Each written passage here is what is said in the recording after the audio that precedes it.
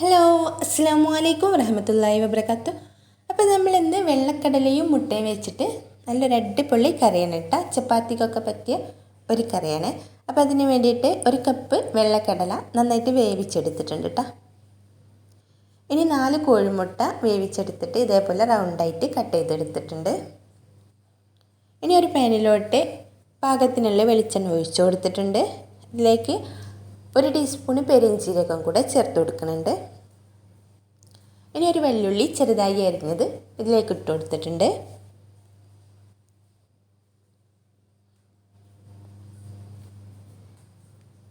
ഈ വെള്ളുള്ളി ഒന്ന് ബ്രൗൺ നിറത്തിലായി വരുമ്പോൾ ഇതിലേക്ക് 1 ടീസ്പൂണ് ഇഞ്ചി വെളുത്തുള്ളി ചതച്ചതും കൂടെ ചേർത്ത് കൊടുക്കുന്നുണ്ട്.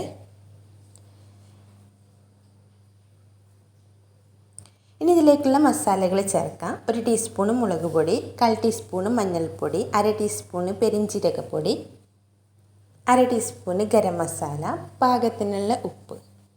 ഇതെല്ലാം കൂടെ ഒന്ന് മിക്സ് ആക്കിയതിന് ശേഷം ഇതിൻ്റെ പച്ചമണം മാറിയതിന് ശേഷം ഇതിലേക്ക് 1 തക്കാളി അരച്ചതും കൂടെ ചേർത്ത് കൊടുക്കുന്നുണ്ട്.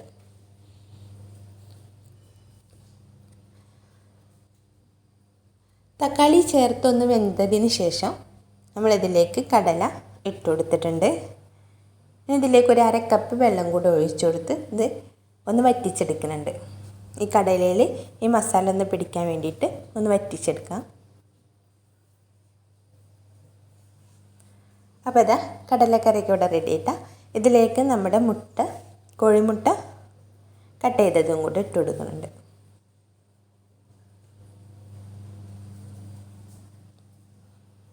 നന്നായിട്ടൊന്ന് മിക്സ് ചെയ്ത് കൊടുക്കുക.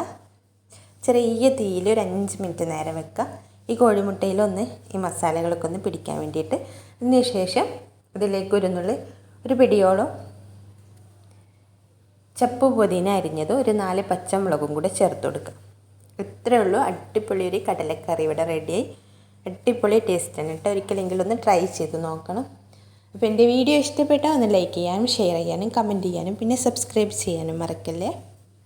അപ്പോൾ നമ്മുടെ ഈ കടലക്കറി ചപ്പാത്തിക്കൊക്കെ അടിപൊളി ടേസ്റ്റാണ്. ഇനിയിപ്പോൾ ചോറിനാണെങ്കിലും ഓക്കെയാണ് കേട്ടോ.